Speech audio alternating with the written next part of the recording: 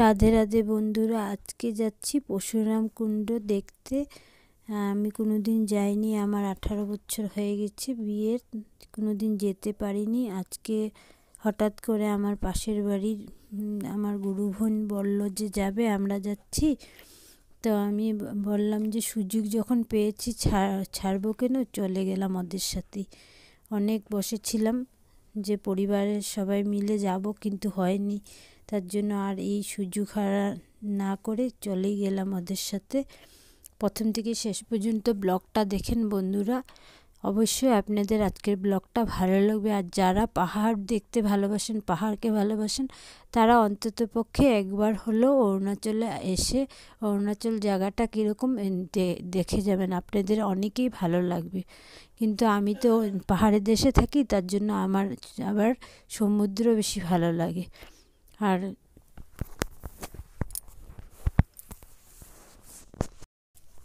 খুবই সুন্দর জায়গাটা বন্ধুরা, প্রথম থেকে শেষ পর্যন্ত দেখতে থাকেন, তাহলে বুঝতে পারবেন কত সুন্দর জায়গাটা। আপনাদের অনেকেরই ভালো লাগবে, দেখে নিন। আপনারা পরশুরাম বাবার গল্প হয়তো অনেকেই শুনেছেন, যে মাকে হত্যা করার পর কুঠারটা ওনার হাতে লেগে গেছিল। অনেক জায়গায় স্নান করার পরেও কুঠারটা ছুটছিল না। তারপর এই জায়গায় এসে স্নান করার পর কুঠারটা মানে হাতের থেকে ছেড়েছিল। সেই পরশুরাম বাবার স্থানেই আমরা যাচ্ছি। এই যে এসে পড়েছে, ওয়েলকাম টু পরশুরাম কুণ্ড লেখা আছে, এসে পড়েছি। এখন হেঁটে হেঁটে পাহাড়ের উপরে যাব। তারপরে 252টা সিঁড়ি বেয়ে আমরা উঠবো নামবো। টোটাল 252টা সিঁড়ি ছিল। ওখানে যারা মানে গাইডের কাজ করছে, ওনাদেরকে আমরা বলেছিলাম এখন আরও অনেক মন্দির হবে সেখানে হচ্ছে নতুন নতুন মন্দির। মানে ফিউচারে যদি আরও 5-6 বছর পরে যদি আবার আমি যাই, তাহলে ওখানে দেখতে পারবো আরও অনেক মন্দির হয়েছে। এই যে দেখেন, আমি সিঁড়ি বেয়ে বেয়ে উঠছি। এখন তো খুব সুন্দর ভালো চওড়া করে সিঁড়ি বানিয়েছে। আগের পুরনো সিঁড়িগুলো আছে সাইডে সাইডে, দেখাবো আমি আপনাদেরকে। পুরো ব্লগটা দেখতে থাকেন, তাহলে দেখতে পারবেন। অনেক ছোট চওড়া কম, একজনই যাওয়ার মতন ছিল। আর পুরো খাড়া খাড়া সিঁড়িগুলো ছিল, অতি ভয়ানক সিঁড়ি ছিল। এখন তো অনেকই ডেভেলপ হয়েছে। আর পরশুরাম বাবার অনেক বড় একটা মূর্তি স্থাপিত করা হবে এখানে।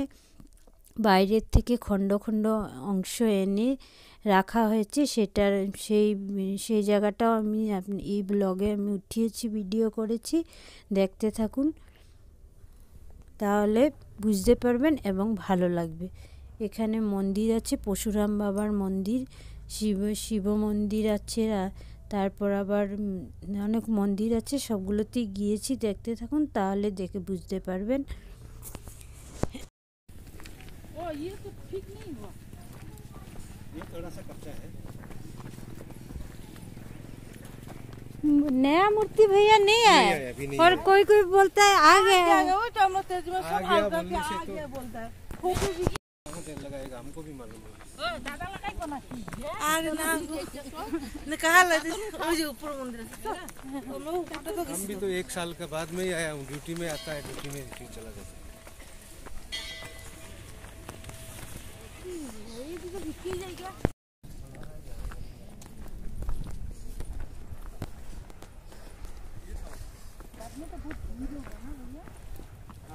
कल से भीड़ होगा।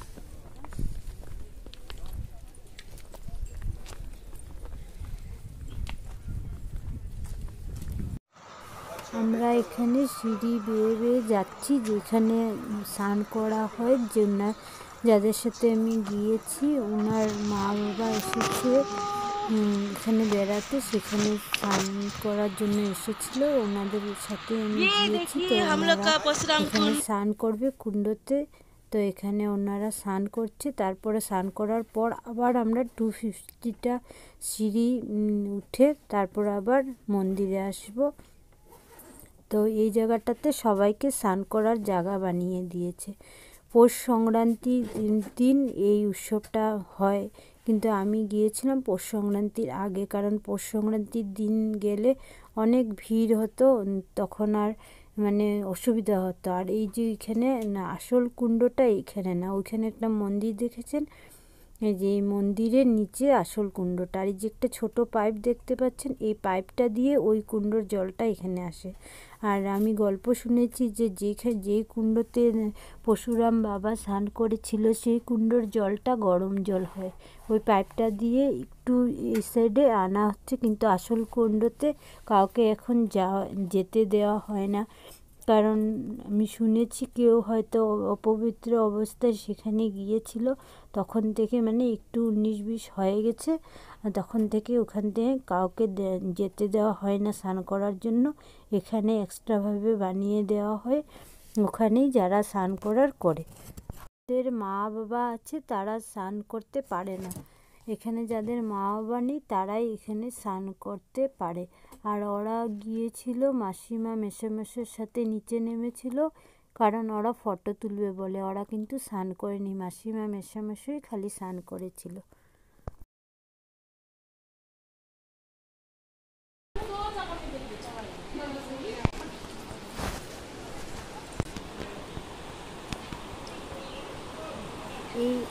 এই যে পাহাড়টা আপনারা দেখতে পাচ্ছেন, এই পাহাড়টা কি পরশুরাম বাবা কোঠার দিয়ে ভেঙেছিল রাগ করে, যখন ছুটছিল না রাগে এই পাহাড়টাকে কুঠার দিয়ে মেরেছিল, 2 খণ্ড হয়েছিল, এক খণ্ড ওই পারে আর নদীর এই পারে এক খণ্ড আছে।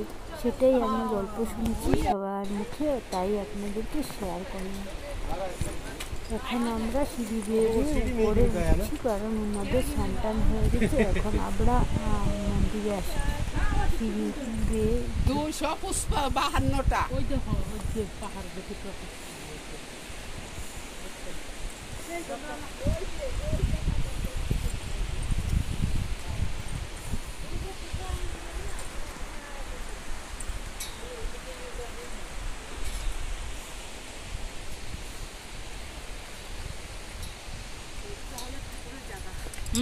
इसी पहाड़ को काट के परशुराम बाबा का मूर्ति बना देगा।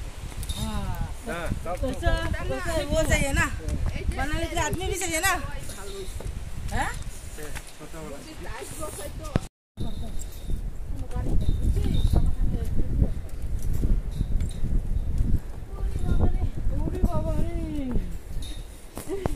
अभी मौसम हवा लग रहा है, शुरू हो रहा है। वो अभी अच्छा है, लेकिन मजा लग रहा है ना, चल चल के हवा। सर दर्द करेगा, सर दर्द करेगा रात को। हाँ शाम को अभी सर मेरा भारी भारी लग रहा है। पूछते पूछते ऐसे खराब हो जाएगा।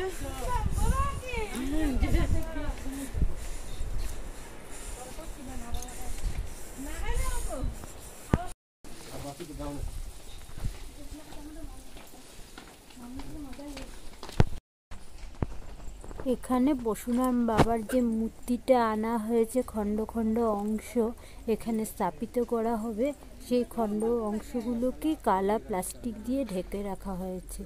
অনেক বড় মূর্তি স্থাপন করা হবে, কত ফুট জানি আমি জানি না, যদি জানতাম আপনাদের সঙ্গে নিশ্চয় শেয়ার করতাম। এখানে আছে ফিউচারে এটা প্রতিষ্ঠা করা হবে। এখন আমরা মন্দিরে এসে পড়েছি, মন্দিরে পুজো টুজো করে তারপর ওখানে প্রসাদ দিচ্ছিল, প্রসাদ পেয়ে তারপর আমরা বাড়িতে এসেছিলাম।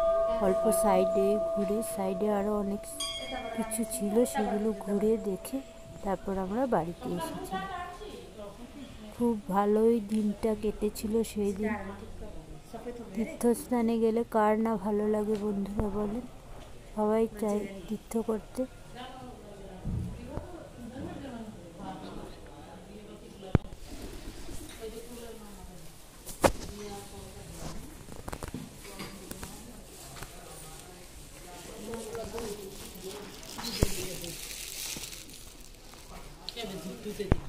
दूध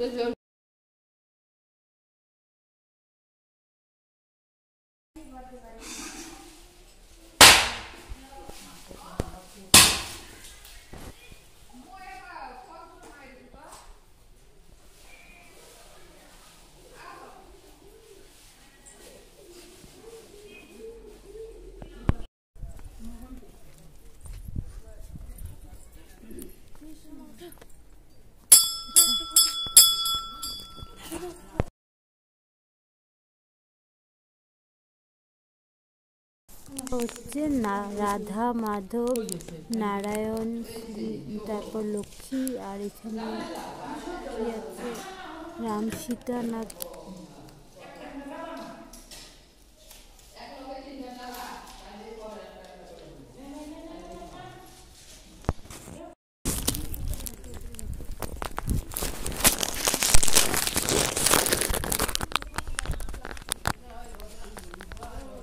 अरे जूता तो ले आया पागल है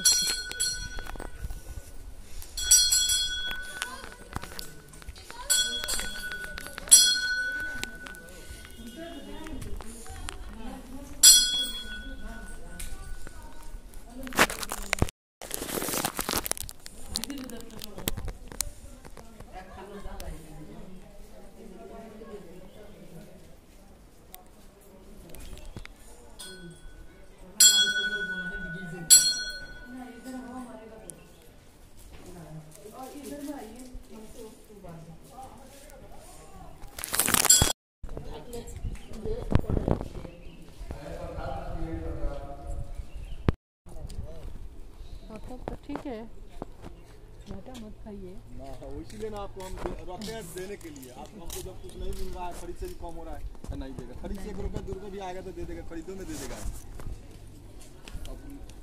इतना भी तो दाम नहीं है, आप तो पूरा होलसेल से लेते हैं ना। होलसेल से लाते हैं, हम समझ रहे हैं। ये सब हाँ। आता है काठमांडू से। हाँ तो काठमांडू से ले आने ज्यादा पैसा लग जाता है। अरे तो इतना नहीं है ना, मिला जुला के देने से भी ठीक था ना। आप तो बहुत दाम बोल স্থানে আবার হনুমানজি থাকবে না এটা হয় এই যে হনুমানজিকে আমি দেখলাম আর আপনাদের সঙ্গেও দর্শন করলাম। আর এই জায়গাটাতে আমরা প্রসাদ নিয়েছিলাম, প্রসাদ নিয়ে এখানে একটু বসে চেয়ারে রেস্ট নিলাম, তারপর বাড়ির উদ্দেশ্যে আবার এইগুলো সাইট সিন দেখে তারপরে বাড়ির উদ্দেশ্যে রওনা দিয়ে দিলাম। খুব সুন্দর জায়গা, আপনারাও একবার পরশুরাম কুণ্ডে এসে দেখে যাবেন, আপনারাও আমার মতন খুব আনন্দ পাবে। খুব সুন্দর জায়গাটা দেখতে, পাহাড় যারা ভালোবাসেন তাদের অনেকেই ভালো লাগবে এই জায়গাটা। আশা করছি আমার ভিডিওটা দেখার পর আপনাদের অনেকেই ভালো লাগবে।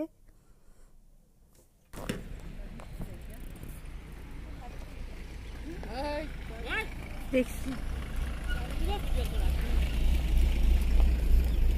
ভিডিও করলে কিছু হলে তুমি গিয়া কয়া দিবা কিসে রান্না বাড়া করতেছে দিদি।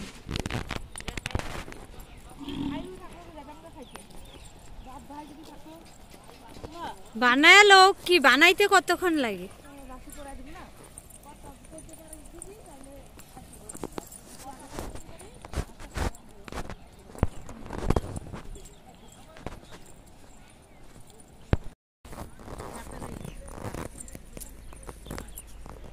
মোবাইল ঘন্টুকা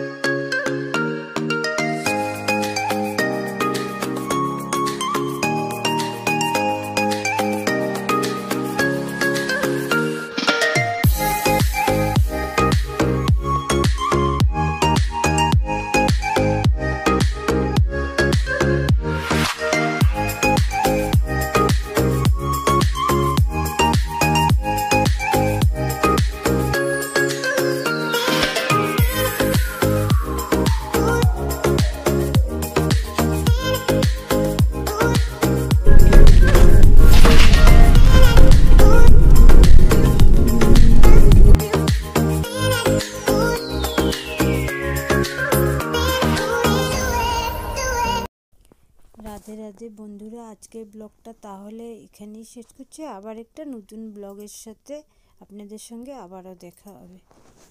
ততক্ষণ পর্যন্ত সুস্থ থাকুন, ভালো থাকুন।